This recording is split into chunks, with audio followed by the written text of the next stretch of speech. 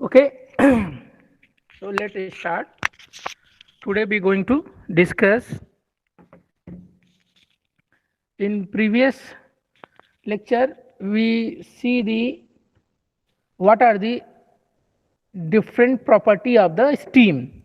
Okay, now we see here what is the type of steam. Okay, what is the type of steam we looking for that. Okay, so here we can say that the type of steam we can say that wet steam, dry steam, and superheated steam. There is three type of steam: wet steam, dry steam, and superheated steam. So before going to that, see here. Okay, this is the piston cylinder assembly. What happened here? The weight is applied, so it downward. What is that meaning? That meaning the air or steam is compressed here. See compression, then expansion is there. Then expansion is there. Okay, then this is expanded. Now this is the according to the diagram we can discuss that. Now the first type of steam is wet steam. What is, then we can say what is the wet steam?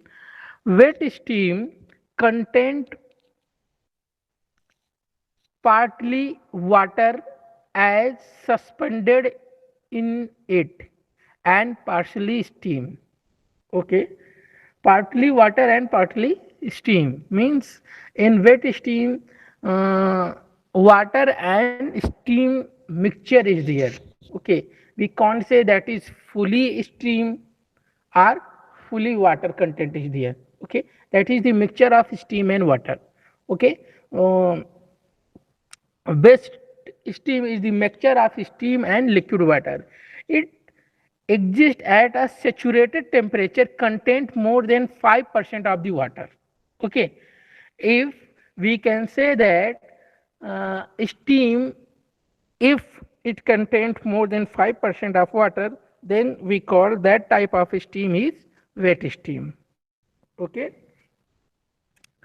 so what happen if water and steam both are available in the same time? Then what happened? It said two phase mixture means there is two phase. What is two phase? One is liquid and one is gas, means steam, because steam is a gaseous position of the water. So steam content droplet of the water that have not changed phased. Okay, it contains a small water droplet which is not convert to steam. Okay, so how it is possible? Because these droplet is very much small, so the steam is a floating properties. Because it is gas, it's float on the air, so the quantity of steam is much higher than water content. So the steam flowed with the water content because water content is very low. In that case, wet steam may causes corrosion in the volumetry equipment such as steam turbine blade, low pressure steam pipe, and heat exchanger. So what happened? What is the losses of the wet steam? If we supply the wet steam in the turbine, then what happened? This produce corrosion to the steam blade and other equipment too. So we need to dry steam for the operation purpose. Okay, so we need dry steam for the operation purpose. So what we can say now? So we just say now we have to avoid the wet steam for the making the electricity or generation of the electricity. So wet steam lower that heat transfer efficiency of the steam, which result in an insufficient sterilization position. So it not sustain the stabilized position in the operation. So wet steam is also known as supersaturated steam. Saturation means, we can say that saturation means it contains the water. It contains the waters. So now we can understand that what is the wet steam. So wet steam, we can say a steam in wet steam position when the water content is more than 5%. Suppose we have 100 kg of steam, okay, 100 kg of steam, and in that contain 6 kg of water is there. Out of 100 kg steam, 6 kg water content is there. So we can say that that steam is wet steam because the percentage more than 5. There is 6%. Okay. In different case, if we have 100 kg of steam and there is 3 kg of the water content, then we can say that this is not a wet steam, this is a dry steam. Okay, so that we discuss, and dryness fraction we already discussed in previous lecture. So what is the dryness fraction? Dryness fraction is the ratio between the mass of dry steam and divide by the total weight. Divide by the total weight. Total weight means mass of steam plus mass of the water. Okay, so dryness fraction x equal to ms, that is the steam mass divided by mass of steam plus mass of water, means that is the total weight of steam. So now what is next?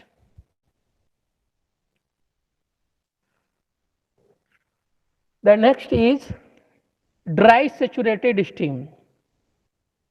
Okay, the next is dry saturated steam. A system at the saturation temperature corresponding to given pressure and having no water molecule in it. It is known as dry saturated steam or dry steam.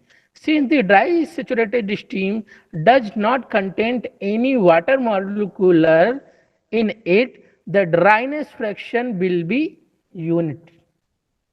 Okay, how, what it means? The definition is say that if we have 100 kg of steam and there is no water content in the 100 kg of steam, so we can say that that steam is a dry steam, and dryness fraction for the dry steam is 1. Because we go to the previous slide and there is a formula for the dryness of fraction, x equal to ms divided by ms plus mw. Okay, so here the mw value is 0 because there is no water content. Okay, so there is no water content, then x equal to ms divided by ms, that is equal to 1. That's why dryness fraction for the dry steam or dry saturated steam is 1. Okay, so what is the advantage of dry steam over the wet steam is the dry steam doesn't make the corrosion of the equipment because there is no water content in it. So what is the meaning of the water content? Okay, the water content meaning is there is oxygen. Okay, then what happened when the dry oxygen and water mixed together, then it create the corrosion due to the reaction of the iron. Okay, water droplet react with the metal and make the corrosion. So what is the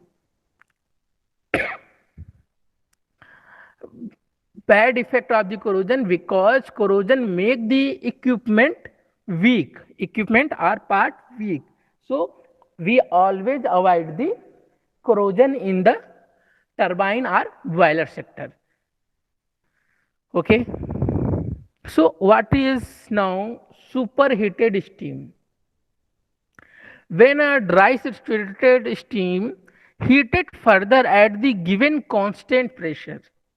Okay, when the a dry saturated steam heated further at the given constant temperature, its temperature rise beyond it saturation temperature, the state is said to be superheated. Okay, now we discuss superheated steam. What do you mean by superheated steam? So now we can say that, see here,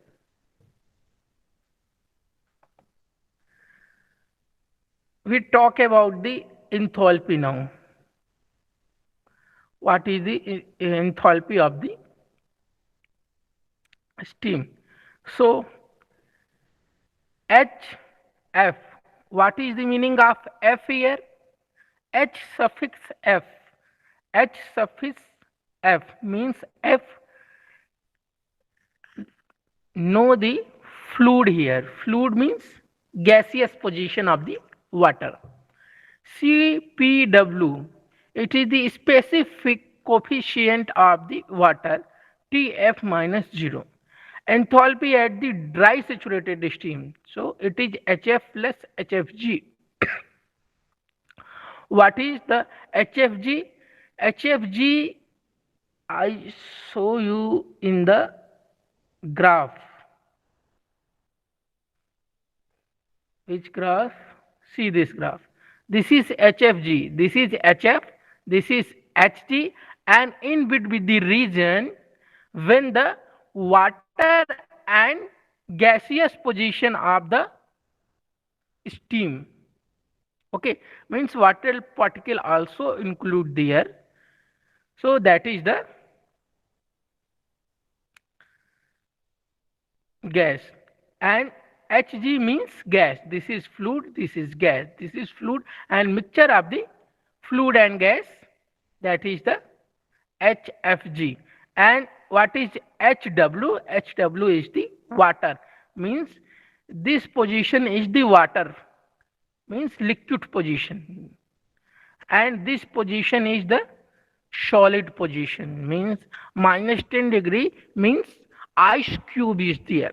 Okay, so all the things you better understand from this diagram. What is HW, what is HF, what is HFG, and what is HG, and what is HSUP means enthalpy of the superheated steam.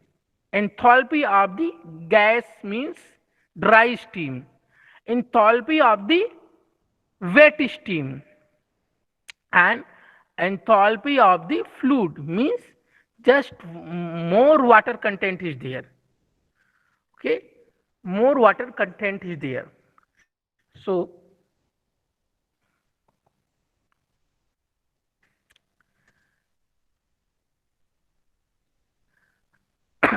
sorry, now you understand enthalpy of the fluid. Enthalpy of the fluid means liquid is specific capacity of the steam Tf minus 0. Enthalpy of the dry saturated steam, it is Hg equal to Hf plus Hfg. Enthalpy of the wet steam, now here Hf plus X Hfg means, because these are the same formula, but what happened, this is X is the dryness fraction, so what happened, the value of dryness fraction for the dry steam is 1. So put the value of 1 in the place of X, we get this formula. Okay. Now enthalpy of the wet steam, H equal to Hf plus X into Hfg. Okay. Enthalpy of the superheated steam, H sup equal to Hg plus Cps, Ts temperature of superheated steam, temperature of saturated steam. Temperature of superheated steam and temperature of saturated steam, that is the difference. Now, what is the specific volume of steam? Specific volume of steam. Specific volume of saturated water, V equal to Vf, which is also represented in the previous diagram, which is recently I show you. Specific volume of dryness steam, Vg. Specific volume of wet steam, then what is, we just multiply the dryness fraction with the Vg, means specific volume of dry saturated steam, we get the specific volume of wet steam, and specific volume of superheated steam equal to Bg, what is that, T super T saturated, means T super temperature of superheated steam and temperature of the saturated steam.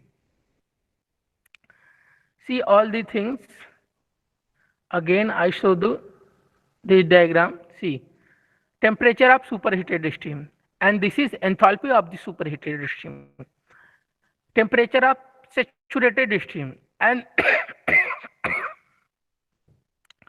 this is these are the Hf plus Hfg is the enthalpy of at this state. Okay. Now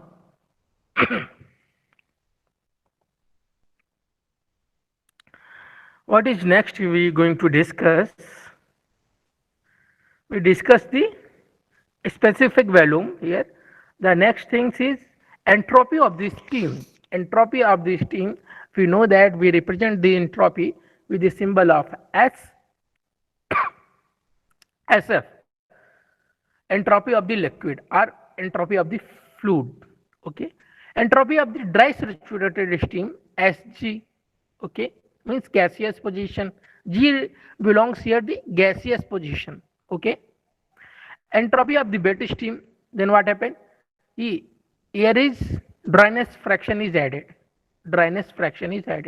So S equal to Sf plus X into Sfg.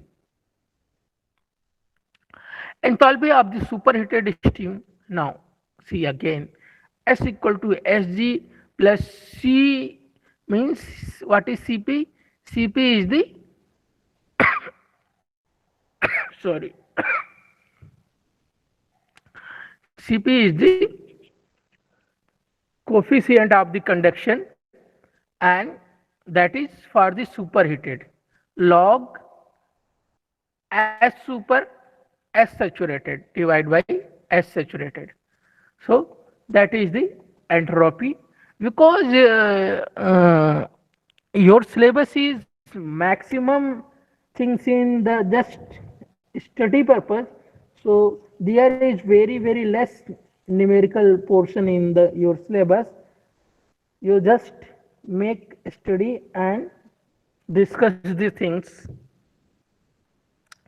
Okay, so next, measurement of dryness fraction x of steam by throttling calorimeter and separating and throttling calorimeter means how we measure the dryness fraction of the steam. So there is true equipment by which we can measure the dryness fraction. We can measure the dryness fraction.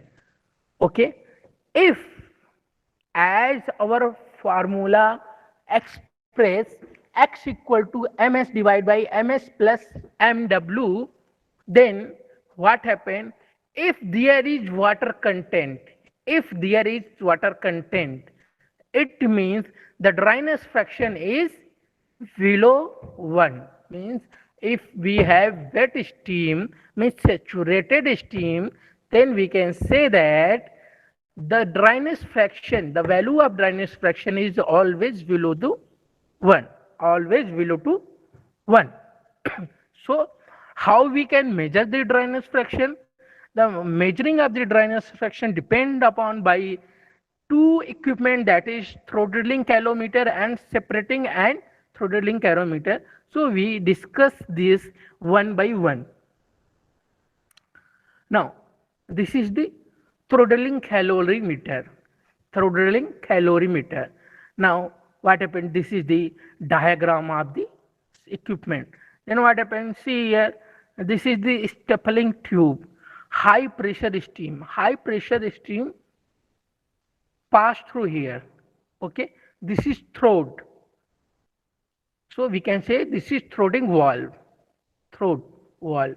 Okay, and inner cylinder is there. There is thermometer in the pocket. Okay, thermometer in the pocket filled with the cylinder of the wire. Okay, now what happened?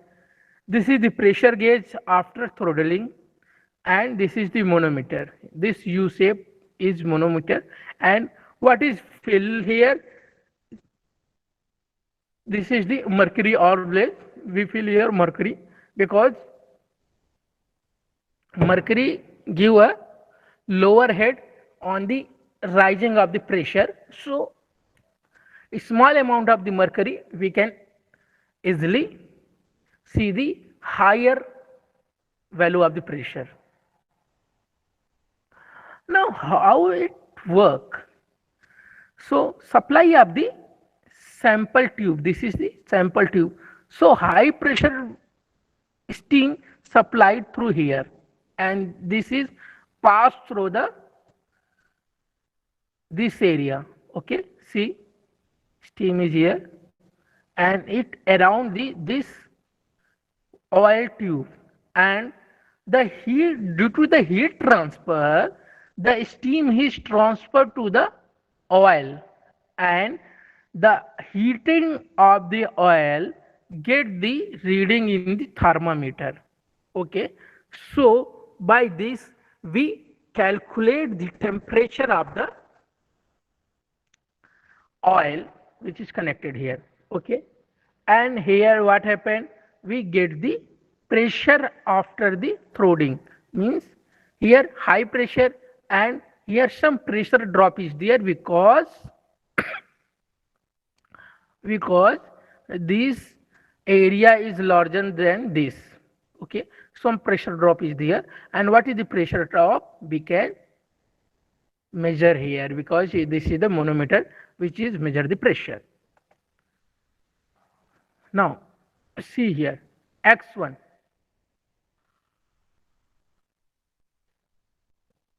x1 equal to hg2 cp T super ts2 minus hf1, where cp is 0.48.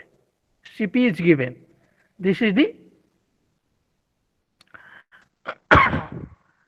heat conductivity of the water. Okay, P1, what is P1? So we can say that what is the P1? P1 is the initial pressure of the steam. P2 is the final pressure of the steam equal to atmospheric pressure plus manometer reading. Okay, see here. We can say that the atmospheric pressure is 1 bar. So 1 bar plus this reading, whatever the reading here, okay, that is the final pressure. Okay, now HF1, enthalpy of the water at pressure 1. Okay, enthalpy of the water at the pressure 1, and HFG1, enthalpy of the evaporation at the pressure 1. Okay, means this is the mixture of the gas and fluid. This is only fluid. Okay, we can say that this is liquid. Okay, now CPG, specific heat of superheated steam. So this is the specific steam of the superheated steam. TS2, saturated temperature at the final pressure, means at the P. T super, that is the superheated temperature recorded by the thermometer. See, temperature recorded here. Now next, X1. X1 is the dryness fraction before the throttling. Okay, so X1 is the dryness fraction of the steam. Okay, so by this formula we have to calculate the dryness fraction X1. Now second operator is there. Second operator is there, separating and throttling calorimeter. One separator is here. This is the separator. Okay, one separator is there. Now throttling valve is here, and two manometer is there. One pressure gauge is there, one pressure gauge is there. Okay, here is two pressure gauge is there, so we can calculate the different pressure after and before. Now see, this is separator here. So here the steam supply, main steam supplying here. These are the sampling bulb. Means the sample steam is collected here. Sample steam is collected here. So this is the valve. We can release the we can release the temperature from, sorry, steam from here. Now steam is here and steam is start rotated here. So this is the collection here, means water droplet, the saturated water comes here. Now this is the throttling valve is there. Now this is the section 1 and section 2 between them. So steam is travel to here, and this is another valve is there, so we can operate and open this. Now what happened? Steam is directly passed through here. There is no oil content is here. It is directly passed through, and we get direct temperature up here. So after the condensing, what happened? Cold water is out. So this is the condensed water. So here condensed water is collected, and now what happens? See, what is the formula for that? Now see, let us assume a mass of the steam passing through the throttling calorimeter x2. The dryness fraction of entering into the throttling calorimeter is determined by the throttling calorimeter. M mass of the water separating out the separating calorimeter, x dryness fraction of the steam entering the separating calorimeter. Now x equal to m, capital M divided by m plus small m x2, or x equal to x1 into x2. Okay, or because what is this? M divided by m, this is x1, where like this. So we know the value of x1 from this formula. We know the x1 from this formula. So we can calculate the m1 divided by m plus small m.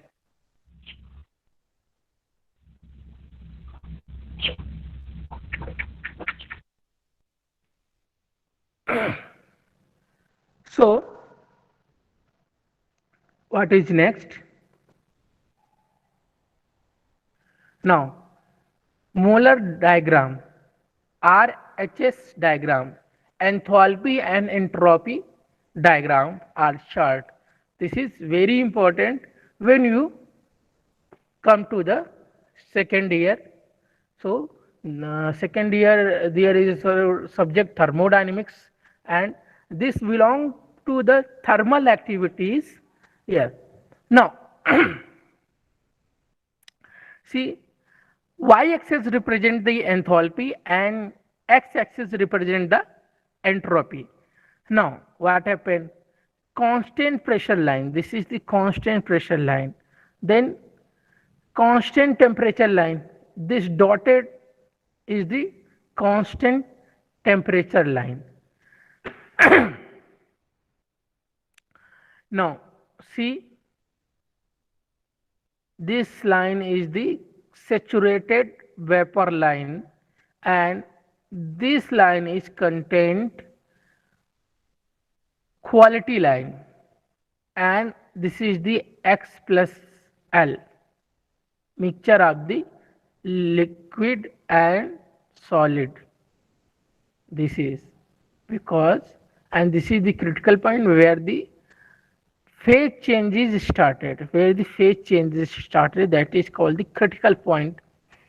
This region show that this region show that the mixture of solid and liquid.